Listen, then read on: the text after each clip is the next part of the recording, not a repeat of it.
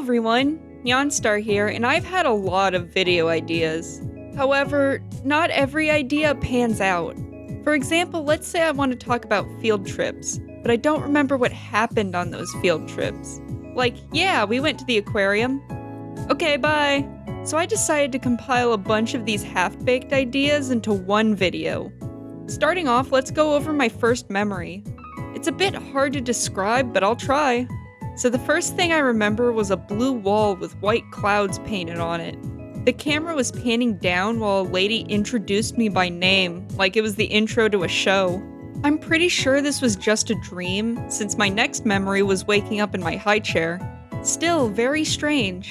Another weird thing happened when I was around 7. I had a lot of trouble sleeping when I was supposed to, and honestly, I still do.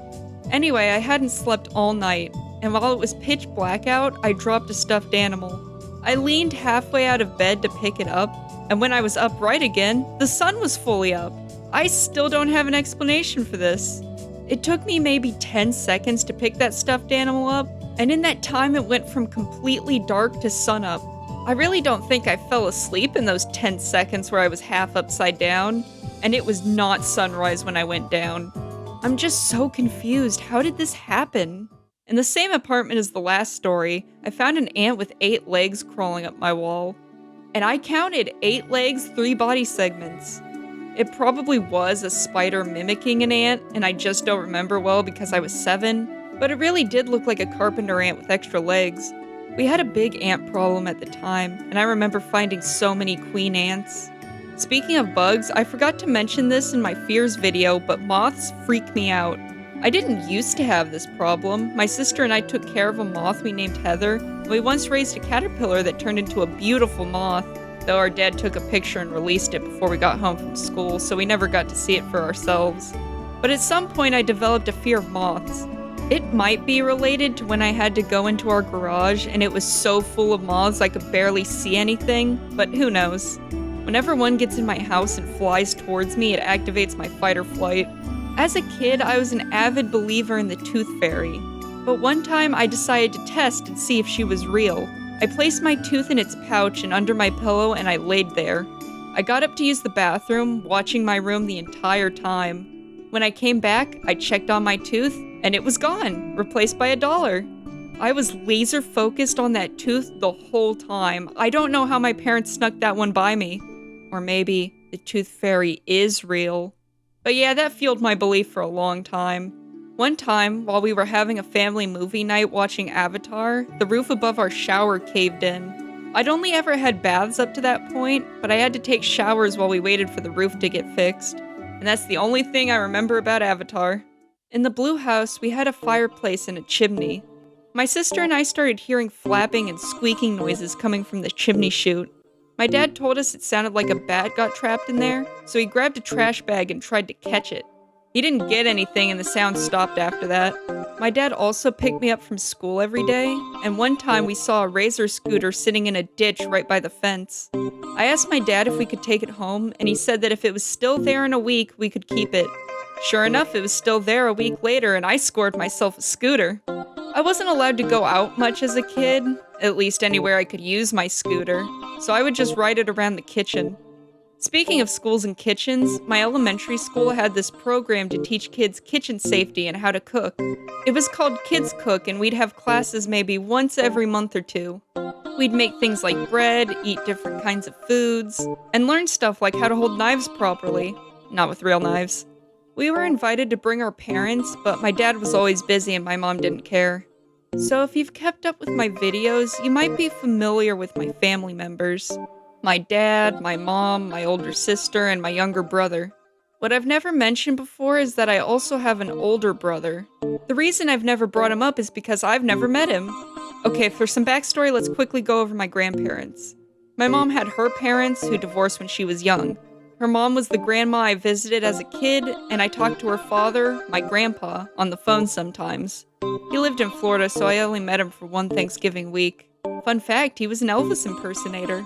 As for my dad, he only met his father a couple of times, and his mother was a traveling con artist. My dad traveled to different states all the time, so much that he missed a grade of school, and she'd burn all his belongings. So she was crazy. In fact, his mom changed their last name one day to avoid the police, and that's the name that got passed down to us. My last name was literally picked off the back of a truck. Anyway, both my parents moved to New Mexico when they were young and started dating. When they had their first child, my dad didn't want his mom involved, but my mother insisted that he couldn't cut contact. When my older brother was a baby, my grandmother asked them to sign a piece of paper so that she could take him to the hospital in case of an emergency. They signed it, and she ran away with him. Apparently, because of the fine print, they signed away their custody. They fought in the courts for years to get him back, to no avail. They contacted him when he turned 18, and we went to his graduation, but we ended up barely missing him afterwards. So I know he exists, I see pictures of him every now and then, but we've never met.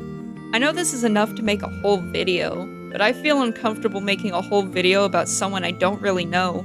Moving on, when I was a kid, the grocery stores we went to had these small coupon machines. I would always try to take as many as I could before my parents would stop me. I just love the dispensing noise. I would also try and take as many different cars from the flower section as I could. Speaking of taking things, the public buses in our city used to have kids' books provided by the local libraries. I always loved that they provided free books, and my parents would let me take home any of the books that I was reading. It wasn't until I was older that I realized you weren't supposed to take those. There was this pawn shop near our house that we'd visit frequently, and my favorite thing there was this beautiful gold and opal ring. When I was in middle school, my parents gave it to me for Christmas. I'm guessing it wasn't actually that expensive because we did not have a lot of money. I wore this ring everywhere. I'd even wear it while sleeping. Then I woke up one day and it was gone. My dad tore the whole couch apart, but we never found it. I have no idea where it went, and I've never found one exactly like it. Now for a quick update for my shiny Pokemon video. I mentioned that I struggled using the Poke Radar, and that the only shiny I got using it was a random full-odd Shinx. Well, back in September, I got bored and started watching guides for the Poke Radar again. I felt confident, so I started trying, and I immediately did well. I ended up catching 5 shiny Shinx, but my game crashed after the last one, so I only got 4 of them. Now I do 1 or 2 hunts every weekend when I call my sister. So far, I have 14 shiny Shinx, 4 from the first time and 10 from the second, 9 Bidoof, 8 Starly, 2 Dunsparce, 5 Magnemite, 3 Electrite, 6 Spindas, and 4 Voltorb. I got that first Voltorb on a chain of 32. I went from being unable to get a chain of 40 to over 50 shinies. And that's just as I'm writing this because I do chains every weekend. As for full odds hunts, I mentioned that I had a casual hunt for a Sandile or Yamask. I started getting back into it for October because I thought a Yamask would be nice for Halloween. And while I was writing the moth section in this very video, I found a shiny Sandile days away from Halloween. When I was little, I loved playing hide and seek, even in our small apartment. One day I decided to hide behind this giant bucket that caught all of the roof leakage without telling anyone. My parents sent my sister to look for me, and she somehow didn't see me. If she had just turned her head slightly to the right, she would have seen me. My mom started freaking out that I ran away, so I came out of my hiding spot. I got in so much trouble. Lastly, I had this leather frog plush that I thought looked like a chicken nugget. I named him Nugget Frog, and I wouldn't eat chicken nuggets unless he was with me. Then he got ripped and I was heartbroken. My dad promised that he'd fix him, and now it's been over a decade. He still has him somewhere, but Nugget Frog is still in his coma. Anyway, if you liked this video, you might enjoy some of my other videos. Bye!